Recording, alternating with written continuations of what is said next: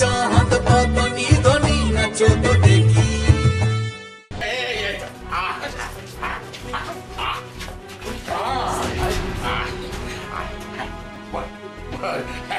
আসলে কি জানি না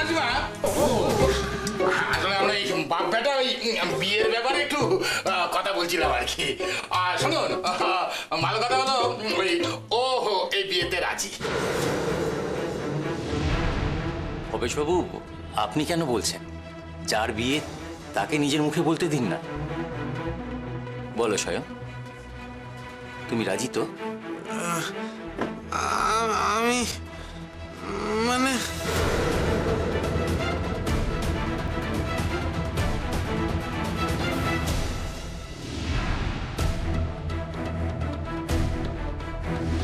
বিয়েটা করতে একেবারে ইন্টারেস্টেড নই, তাই আমাকে বিয়ে করার জন্য উঠে পড়ে লাগবেন না, বুঝেছেন? আরে বাবা, এ তো দেখেই বোঝা যাচ্ছে ছেলের বিয়েতে মত নেই। না না, এ হবে না মনে হচ্ছে। আপনি থামুন তো। না না, আমার ছেলে তো এখনো কোনো কথাই বলেনি। হ্যাঁ, তো ওর মত নেই সেটা আপনি বুঝলেন কি করে? হ্যাঁ, এই যে শুনুন, এই বাড়িতে না ছামের ওপর গলা তুলে কেউ কথা বলে না, তাই আস্তে কথা বলুন। মা তো ঠিক কথাই বলেছেন। সায়নের মুখ দেখে তো সবটাই বোঝা যাচ্ছে। আমার তো মনে হচ্ছে যে আপনি জোর করে ছেলেকে রাজি করাচ্ছেন। হ্যাঁ, আমি বলছি কি, ওরা দুজনে গিয়ে আলাদাভাবে একটু কথা বলে নিলাম, তাহলেই তো ঝামেলা মিটে যায়। তাহলে আমিও আলাদা করে কথা বলবো, আমিও ডিসিশন দেব। না না না না না, আলাদা করে আবার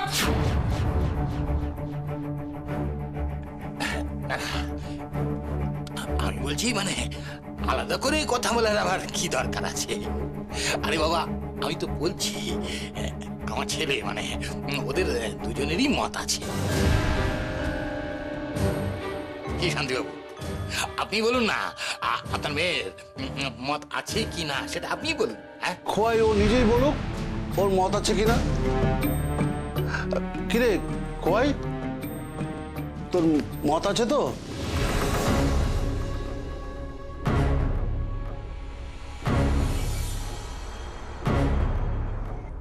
খোয়াই, বলো, নিশ্চিন্তে বলতে পারো, কোনো অসুবিধা নেই, বলো। সায়ন যদি রাজি হয়, সায়ন কিন্তু জানে যে তুই ডিভোর্সি, তোর একটা ছোট্ট বাচ্চা মেয়ে আছে, তখন কিন্তু তোকেও রাজি হতে হবে। তখন যদি তুই না করিস তাহলে কিন্তু আমি বিষ খেয়ে সুইসাইড করবো।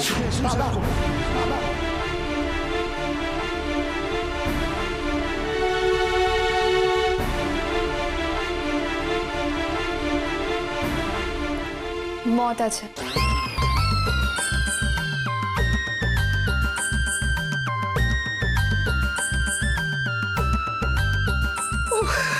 জয় বাবা সিদ্ধেশ্বর।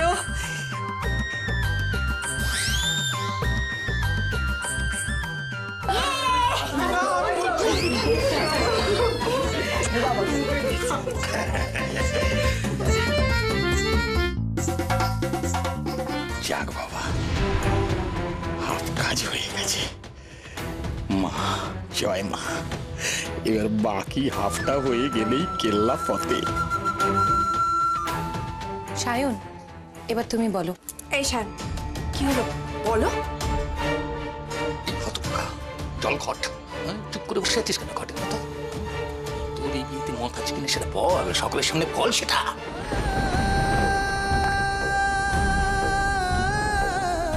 সায়ন, সোহাগকে পছন্দ?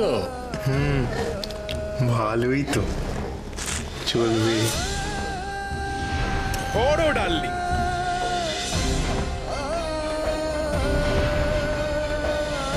I love you.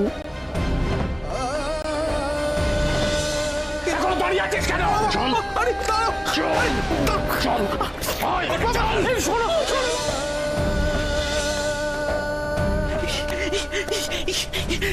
আমি তোমাকে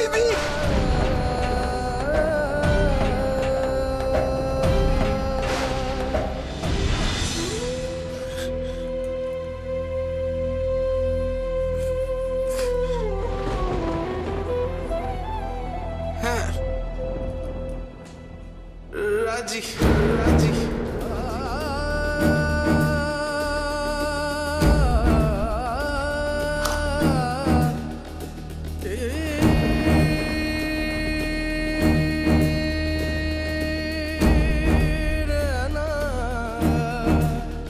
কিন্তু আমার একটা শর্ত আছে।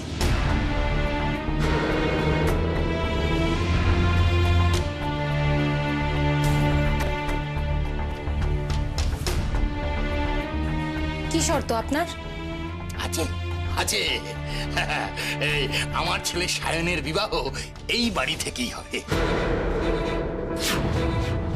হ্যাঁ, আর বিবাহের সব ব্যবস্থা তুমি তুমি সোহাগ তুমি করবে।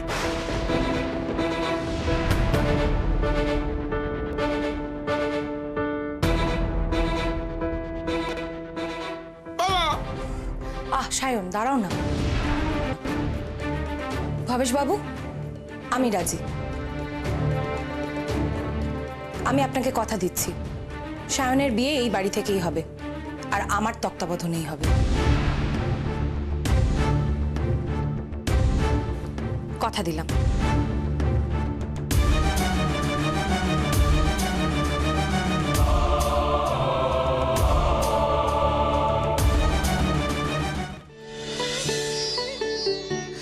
এই তো তোমরা এসে গেছো, আসো আসো আসো আসো আসো বসো।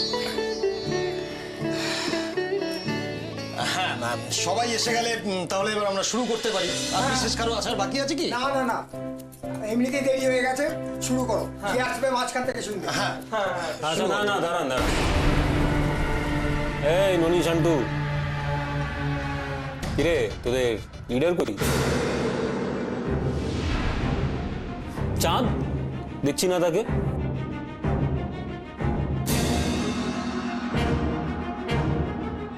ও তো মানে মানে ও একটা জরুরি কাজে গেছে, তারপর তারপর তো কাজে আটকে গেছে। কথা তো হয়েছে, ও তো বলেছে যে দেরি হলে মিটিং শুরু করে দিতে। হ্যাঁ বুঝেছি, আমি মিটিংয়ে এসেছি বলে চাঁদ আসেনি, আমার সামনাসামনি থাকবে না। বুঝেছি, সব বুঝেছি আমি। আজ না আসুক, কিন্তু কাল কাল সব ঠিক হয়ে যাবে চাঁদ। তোমাদের দুজনের এই অভিমান কাল ঠিক হয়ে যাবে। আমি সব ঠিক করে দেবো। আরে ঠিক আছে ঠিক আছে, তুই নরেন এই প্রেসিডেন্ট নির্বাচনের ব্যাপারে আমাদের কমিটির মতামত তুমি সবাইকে জানিয়ে দাও। হ্যাঁ, ক্লাব কমিটির সিদ্ধান্ত অনুযায়ী পূজা প্রেসিডেন্ট হিসাবে আমরা উত্তম ব্যানার্জি, আমাদের উত্তম দাকে, আর সেক্রেটারি হিসাবে আমরা দুর্জয় মণ্ডলকে মনোনীত করেছি। কারো কোনো আপত্তি থাকলে আপনারা বলতে পারেন। আমাদের কোনো আপত্তি নেই।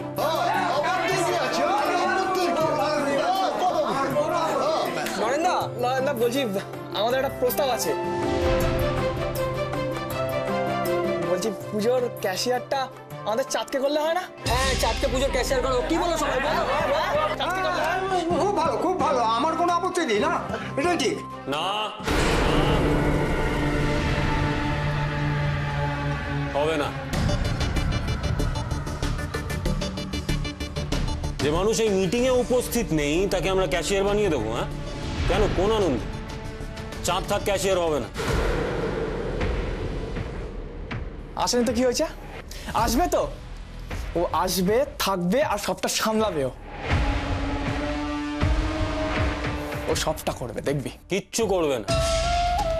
যখন মিটিংয়ে আসতে পারিনি তখন কোনো দায়িত্বই ও পাবে। বরং আমার মনে হয় বিল্লুকে ক্যাশিয়ার করা।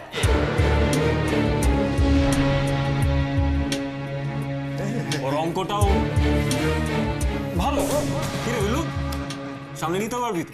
হ্যাঁ গুরু, আরে তুমি যখন বলছো আমার নতুন করে না অঙ্কটা শিখেই নাও। আরে না না, বিল্লু ক্যাশিয়ার কি হবে? চাঁদ আর বিল্লু এক হলো রে।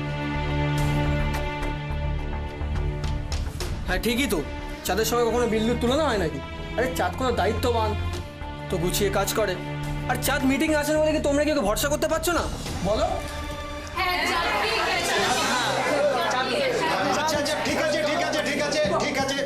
সবার মতামত অনুযায়ী চাঁদকেই কেশিয়ার নির্বাচন করা হবে। এক সেকেন্ড সবাই।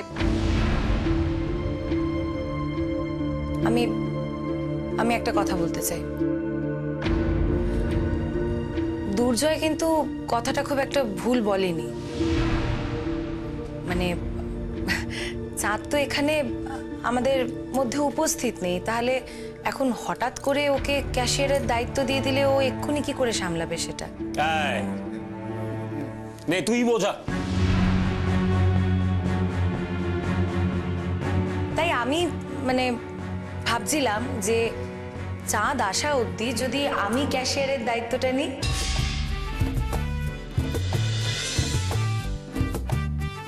তাহলে তাহলে কেমন হয়?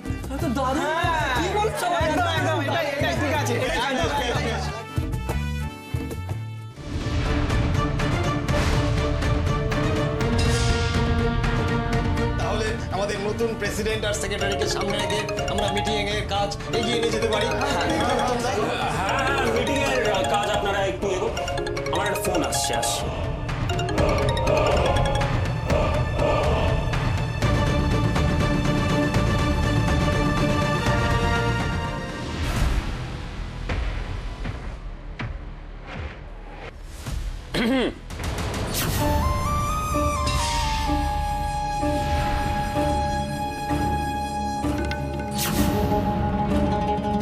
কি ব্যাপার, তুমি স্বয়ং এখানে এভাবে?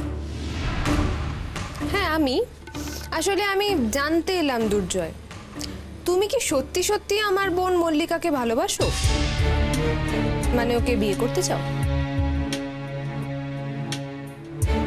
বলো তো বাসি, বিয়েও করতে চাই, সেই জন্যই তো এত কিছু করে জান প্রাণ দিয়ে ওর পেছনে পড়ে আছি। তুমি এসব জিজ্ঞেস করছো কেন? তোমার কি এই বিয়েতে আপত্তি আছে? এই বাবা, একেবারেই নয়। আমি তো চাই যে তুমিও মল্লিকাকে বিয়ে করো, কিন্তু কিন্তু মল্লিকাকে বিয়ে করতে গেলে তো তোমাকে চাঁদকে সরাতে হবে দুর্জয়। চাঁদকে? চাঁদকে?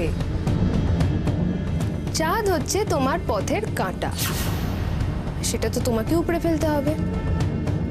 দাঁড়াও, তার মানে তুমি বলতে চাইছো যে চাঁদের সাথে মল্লিকার একটা সম্পর্ক আছে, তাই তো? এ বাবা না, তুমি ঠিক যেরকম ভাবছো ব্যাপারটা সেরকম নয়। চাঁদের সাথে মল্লিকা সেরকম কোনো সম্পর্ক নেই। তাহলে কিরকম সম্পর্কটা কিরকম একটু খুলে বলো প্লিজ। এই রে, এ তো মহা সমস্যায় পড়লাম। কি হলো, মুখ বন্ধ করে দাঁড়িয়ে থেকো না। আমি জিজ্ঞেস করছি সম্পর্কটা কি রাধা কৃষ্ণর নাকি ভাইপোটার? শোনো দুর্জয়, চাঁদ তোমার শত্রু কিনা? শত্রু? তাহলে ভাবো, চাঁদ কি কখনো চাইবে যে তার বাড়ির সদস্যের সঙ্গে তোমার বিয়ে হোক? দেখো, মল্লিকা কিন্তু হিসেব মতো এখন ব্যানার্জি বাড়িরই সদস্য, সেই জন্যই চাঁদ তোমাদের দুজনের বিয়েতে ব্যাগরা দেবে এ ব্যাপারে আমি নিশ্চিত। তার থেকেও বড় কথা, তোমাদের দুজনের তো এই শত্রুতা অনেক দিনের দুর্জয়, অনেক দিনের। তাছাড়া চাঁদের জন্য তোমার ওই খেলার মাঠটা হাতছাড়া হয়ে গেছে। আমি এত কিছু ভেবেই বলছি, তুমি চাঁদকে সরিয়ে দাও। বুঝলাম, কিন্তু এটা বুঝলাম না যে এতে তোমার কি লাভ? কেনই বা বলছো চাঁদকে একেবারে সরিয়ে দিতে?